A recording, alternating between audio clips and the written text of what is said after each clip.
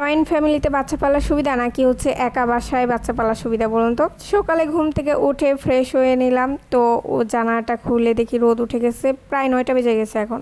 তারপর আমি সকালে নাস্তা বানাতে চলে গেলাম। ফার্স্টে হচ্ছে ওর বাবার জন্য হচ্ছে রুটি বানালাম বেলাবেলির ঝামেলা ছাড়া, দেন হচ্ছে বাচ্চার জন্য রান্না করলাম, লাস্টে হচ্ছে আমার জন্য পরোটা বানালাম।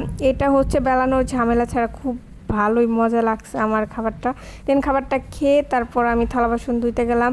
রাতে হচ্ছে মেথি পানি ভিজিয়ে রেখেছিলাম, সেটা হচ্ছে চুলে দিলাম। চুলে দিতেও দেয় না কোনো কিছু, তারপরেও হচ্ছে আমি জোর করেই হচ্ছে দিয়ে নিছি, কারণ এখন আবার অনেক বেশি চুল পড়তেছে, চুলের একদমই যত্ন নিতে পারছি না। কয়েকদিন যাবত হচ্ছে চুলে তেলই দিচ্ছি না। দেন হচ্ছে ভাত বসিয়ে দিয়ে ওকে গোসলটা করালাম।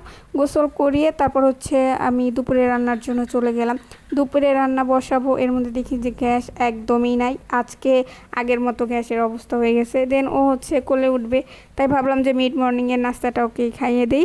একটা কমলা খাওয়ালাম। দেন হচ্ছে কমলাটা খাওয়ানো হয়ে গেলে ভাবছিলাম যে একটু ঘুমাবে, কিন্তু ঘুমায় নাই।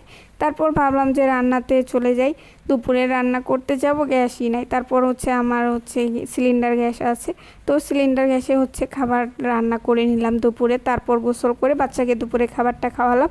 তারপর হচ্ছে বাচ্চা ঘুমালো, মানে আজকে দিনে প্রথম হচ্ছে দুপুরে ঘুমাইলো একটু। তারপর হচ্ছে আমি খেয়ে একটু রেস্ট নিলাম। দেন হচ্ছে চুলগুলো আঁচড়ালাম। আমার খালি মনে হয় যে আমার চুলগুলো এখনও বড় হচ্ছে না কেন।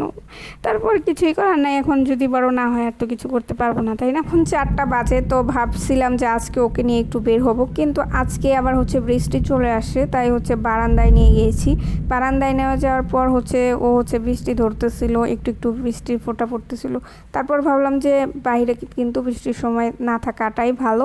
তারপর হচ্ছে রুমে চলে আসলাম। রুমে চলে এসে সব জানালাগুলো লাগিয়ে দিলাম, পর্দা লাগিয়ে দিলাম। তারপর হচ্ছে আজকের ব্লগটা এখানেই শেষ। আল্লাহ হাফেজ।